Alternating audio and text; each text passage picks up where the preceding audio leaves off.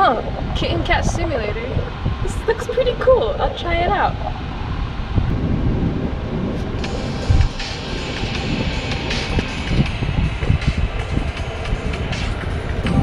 Whoa. Do you hear this?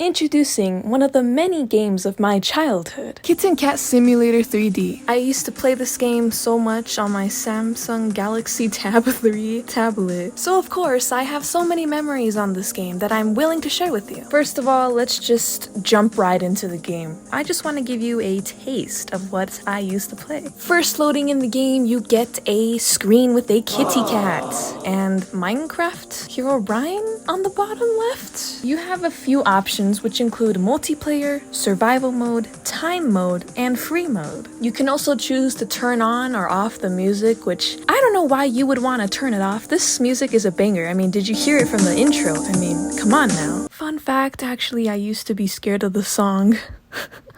I don't know why, but I was. And then, last but not least, you got the option to change your cat breed, which is pretty cool. And then you can swap owners. What happens when you press swap owners? Well, you just... your Minecraft person either gets pupils or no pupils. Now, I know that big red multiplayer button is really catching your eye there. I know it is, because it did catch mine as a kid. But let's just save multiplayer for now, because trust me, it's a... it's a gem. First of all, I just want to get off the kind of lamer stuff that this game has. Time mode, you just kind of destroy stuff and try to get a high score until the timer runs out. For free mode, you're just kind of running around as a little kitty, nothing really happening, there's no objective, you're just destroying stuff. Now, for survival mode, this is where things get a little bit stranger. Remember that little Minecraft guy on the bottom left of the menu screen? When you press survival, you can choose how many humans that you would like. Knowing me, I pressed the max amount because I wanted to see, you know, how creepy it was to revisit the game with all the humans in there. You know, surely it wasn't that scary. Maybe I was just overreacting because I was a kid. Maybe these Herobrine people are not that scary.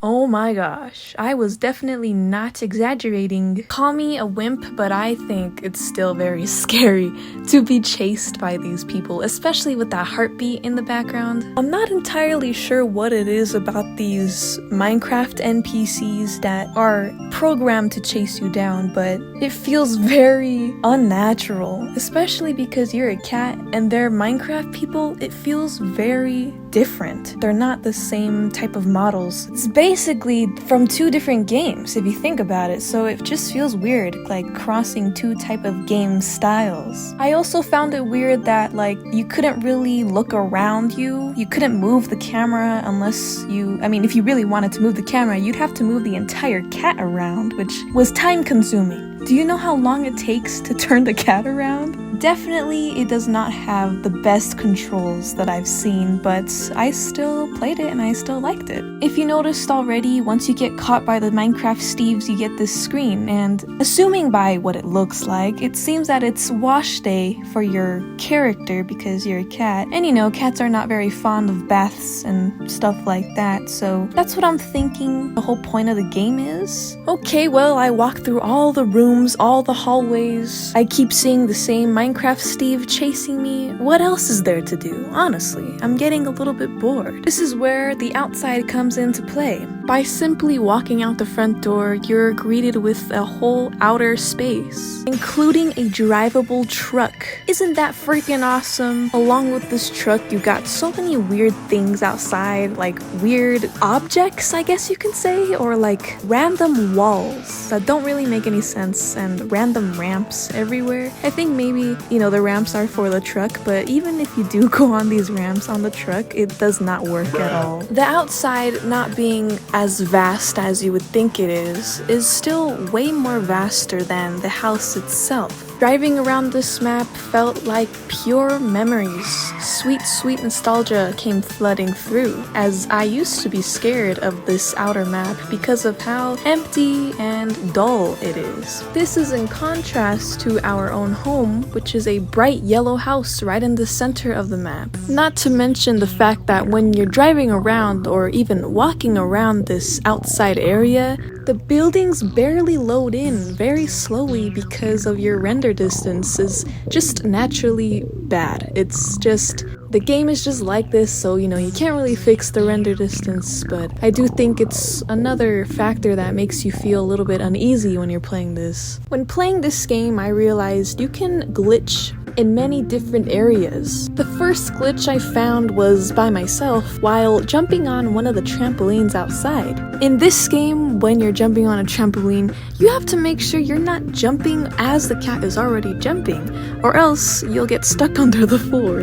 This is such an annoying glitch that I always encountered because I wanted to always jump higher. You can achieve some really high jumps by doing this, but if you take the wrong turn, you will get stuck under the floor and then you'll have to rejoin, and it's just a whole hassle. There are many other glitches in this game, but first, before I show you this, I'm gonna have to show you multiplayer first. Now, multiplayer is one of the options that I used to play all the time as a kid. I would go on there and meet people and play around. I didn't take it too seriously because, well, it's just a game. The multiplayer servers is where I learned the rest of the glitches that I know that I hadn't already discovered myself, and it was really inspiring and amazing how these players just found these glitches, like, casually, and started sharing them with other players. One of the most notable glitches that everyone tends to do in the game is jumping onto higher ground. When I say this, I mean that people will climb these cabinets, for example, cabinets in the bedrooms and the cabinets in the kitchen. When you get really close to one of the corners, you can jump, and for some reason, your character goes super high. This skill can also apply to other areas, such as the shower, although it is one of the harder ones to achieve because if you jump in the wrong direction, your cat will bounce off the wall. You can also apply it on the kitchen doors, really anything that has a corner to it. This glitch can also apply to some of the buildings from outside of the house, the very dull and gray looking ones. Another glitch that I was enlightened with was glitching into the kitchen wall from the outside. You can also glitch in the cabinets, and you can glitch into one of the glass container cabinet thing, which I found fun. Actually, I actually like glitching in there, but the thing is you can't get out, so you're done if you glitch in there. And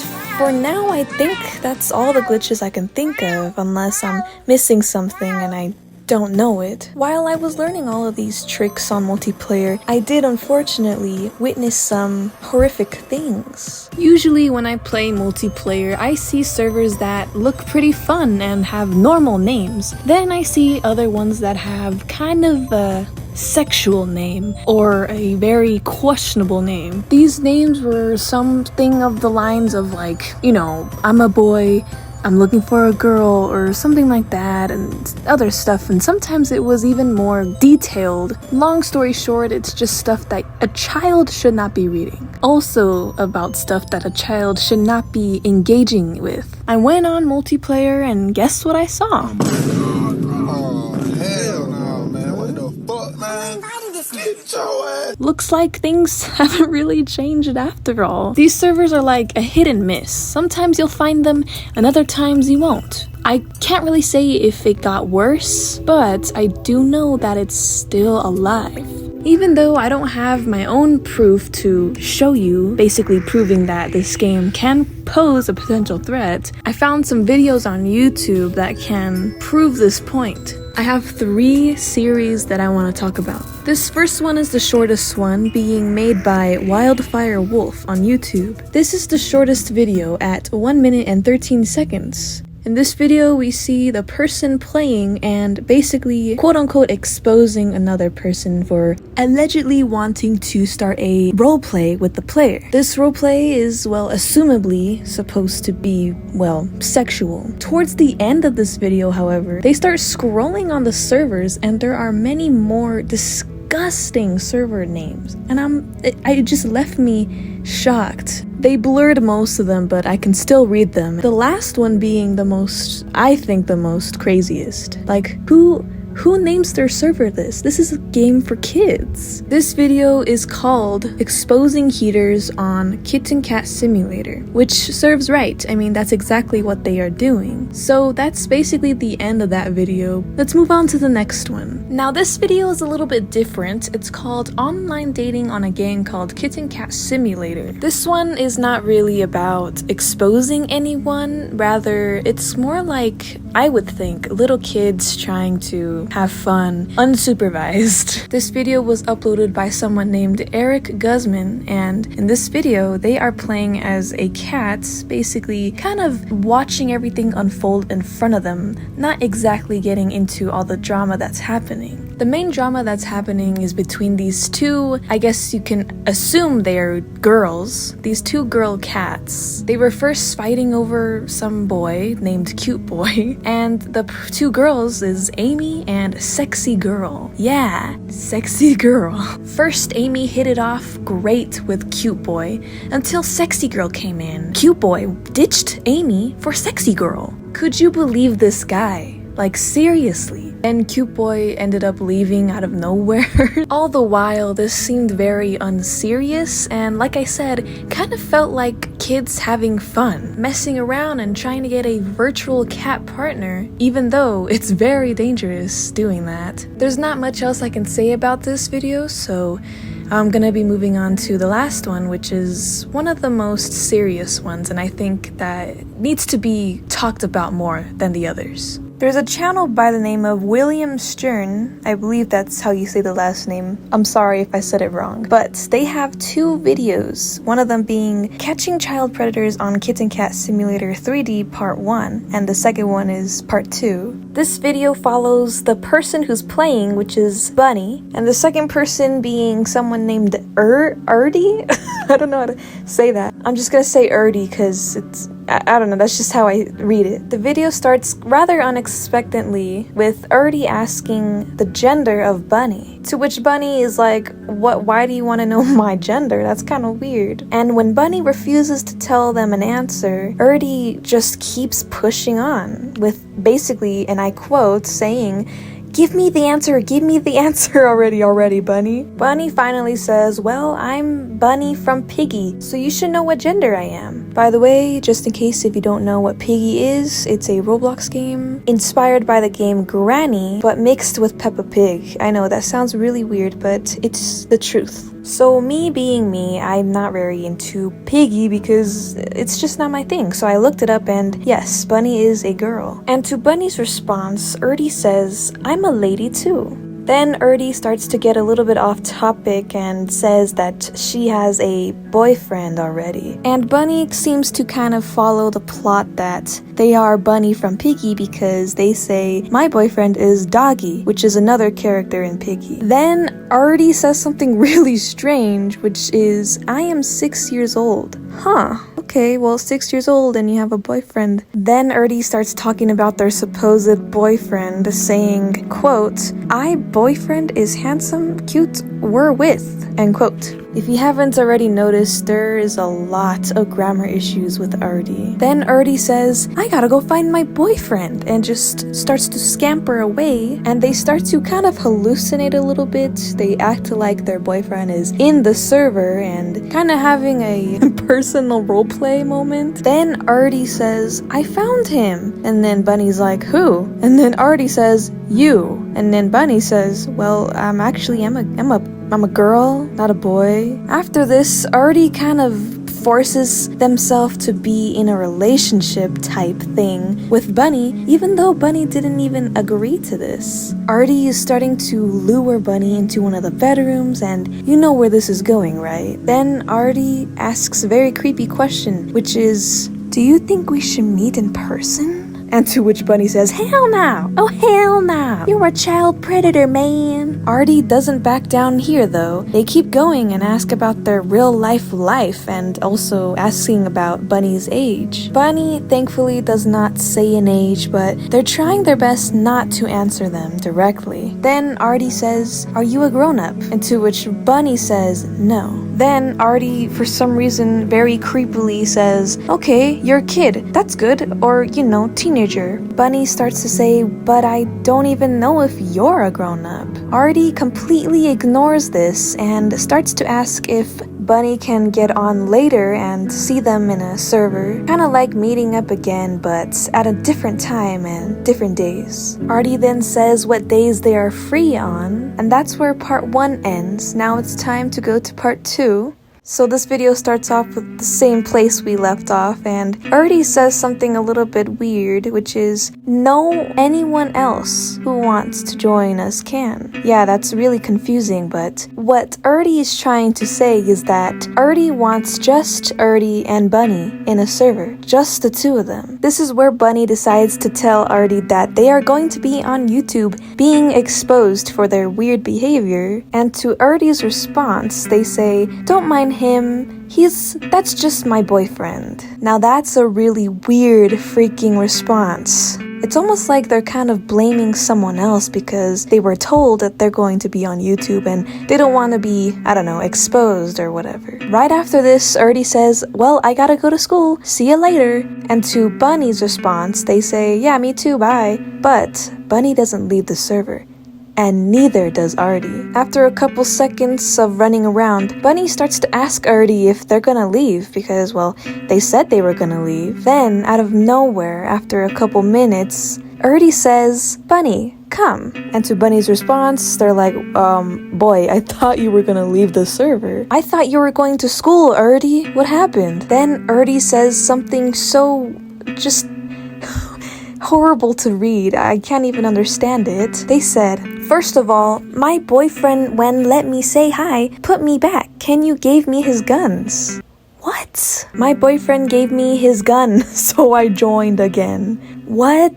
Then Artie pulls a really freaking freaky message, which is, just tell you, I'm your next door neighbor. And Bunny says, no the freak you're not, the freak. Then Artie says something really weird again, which is, how do you know that I live in Ash Little River? And Bunny says, I didn't know that. You just told me your location. You basically exposed yourself. Then Artie asks, do you want to know my real name? And also asks, what's your YouTube channel? Because, well, Bunny mentioned they had a YouTube channel because they were recording the video the whole time. And Bunny actually tells them their channel, which I don't think that was the smartest thing to do because you never know who is behind that account. I'm sure they're fine. I'm sure Artie didn't do anything to them. Then the creepiness continues as Artie asks, can you make another server that says Bunny, please? And Bunny says, yeah, sure, yeah, I'll make it, yeah, whatever, yeah. I'll see you there, Artie. I'll see you there. And then Artie finally leaves, and Bunny does not make the server, which I'm glad they didn't because, you don't know what they were going to tell you in that server, especially because it was going to be a private one. And that's the end of that video. That concludes all the 3 stories that I wanted to bring to light. However, I still want to talk about this last one that I just told you. There's a couple things that we should make note of. For one, yes, we don't know who this person was behind the name Artie. We don't know if it was a grown-up or a kid. But that still doesn't excuse the fact that Bunny was asked some very strange questions and the strange nature of Artie and their behavior. They also had very, very bad grammar problems, and that might mean some different things. It might mean that maybe English is not their first language, maybe they are disabled in some way and they can't spell very well, or maybe they're just a kid who just can't spell. They did say they were 6 years old, but still, I don't think a 6-year-old would know how to say all this stuff and would even think to say this stuff. 6 years old is very young. I don't think a 6-year-old would want to talk about a boyfriend they supposedly have, or even talking about guns and stuff. Also the fact that they were saying that they're Bunny's neighbor, which, yeah, that's something I definitely don't think a 6-year-old would say. All the while, it's still very strange because Artie is trying to get closer and closer to Bunny by asking personal questions that you should not talk about. So in all, I mean, we don't know exactly who this person is, but we can say that it could be a possible predator, which is serious. Or, this could be all a hoax and might be the same person, or might be Bunny's friend in real life acting like some other person, but due to the fact of the nature of the video, I just don't feel like it's fake. I mean, I feel like it's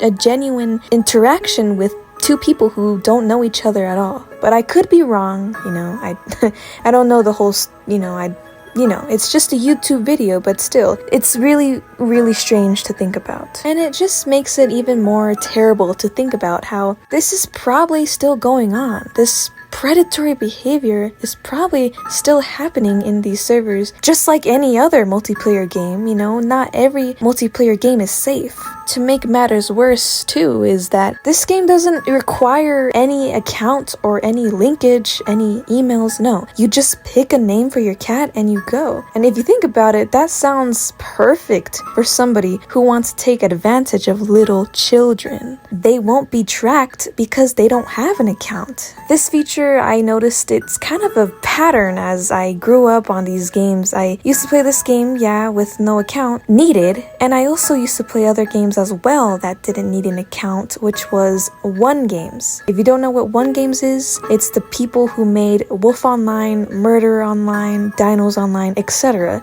Those games don't require an account, which I don't know, that might not be a good thing entirely because of things like this happening. And yes, I know that even if someone is to be banned for their behavior, they can always come back, which is something that is unfortunate. It seems like no matter what we do, whether it's having accounts or not having accounts, things will happen. Bad things will happen, and it's just unfortunate, like I said. So with this, I just want you to be safe. Please be safe out there when you're playing multiplayer games, and especially this cat game. Okay, now that I got that predator stuff out of the way, let's focus on something a little bit more lighter. When I was looking up these predator stories on YouTube, I found some other cool things that I wanted to mention about this game. Apparently, exploiters are a big thing, and I haven't seen any in my games ever. So when I saw this, I thought that was pretty cool. Here's a video of, I would assume, an exploiter just jumping around in the map. I also saw that there's this black room glitch or something that makes the whole house black, and I thought that was really interesting too because I've never seen that before. Another thing that I haven't seen before and that I just found out is that I think this game actually got a remake. There's the same game, under the same name, but it looks way different. It looks newer. This is what it looks like. Maybe it's an older version, but I don't think so because I saw some videos also saying how to get the old version of Kitten Cat Simulator, and the old version in question is the game that I have and the game that I've been talking about this whole time. So I guess they have a new version or two versions, and I didn't know that, so the more you know. Another thing that I thought was so freaking cool is people making like creepypasta type styled videos of this game. For example, there's this one video by It's Kato YouTube, and it's called Do Not Play Kitten Cat Simulator at 3 a.m. And just take a look at this. It's so cool. Happened to my skin. I swear I didn't delete the data. My skin looked like this. I think this is just a glitch. My screen.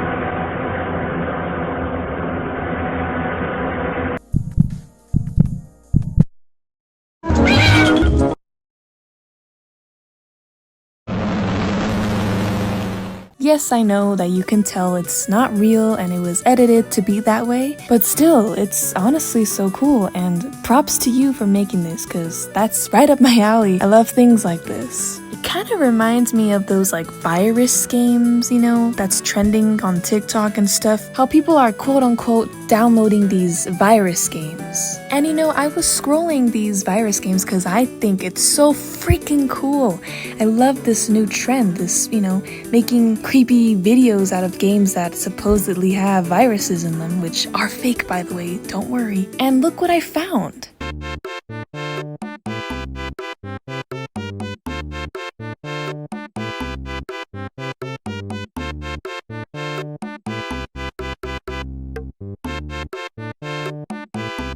Yeah, so the famous clown image, or of whatever this virus is, apparently is Kitten Cat Simulator 3D. Wow. This game is a virus? Long story short, no, it's not a virus. What they did was they edited the photo and name of the app, which was the, cat simulator, and they put that instead. And it's not real, they just made a shortcut for it. But even though it's fake, honestly, I love it. And I love that this game randomly was involved in this virus thing. But no, this game is not a virus. Just don't download it from anywhere else other than your app store. Other than all the bad things and dangers of this game, I think it's a great game, and it's very nostalgic. I'm glad I grew up on it because I grew up on it, I'm able to make this video and I'm able to know about its existence. To add on to the fact that there are some creepypastas made about this game and the fact that it's involved in some random virus thing, I think it fits perfectly. Yes, this game is not technically a horror game, but honestly, if you think about it, it's scary. I mean, just the way it looks.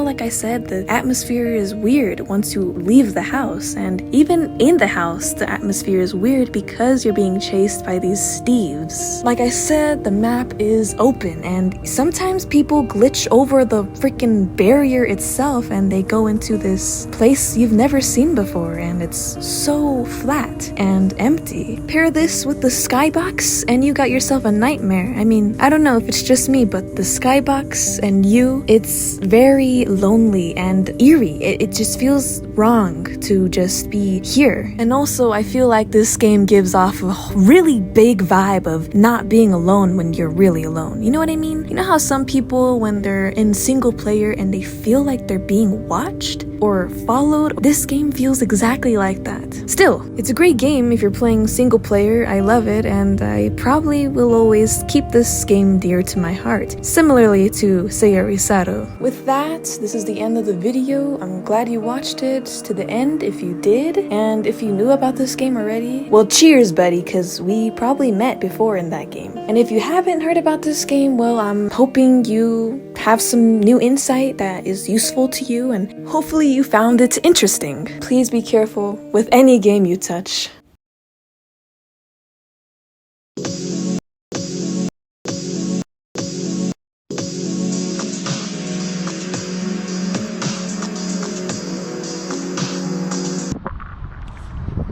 My finger isn't. Hold on. Restart.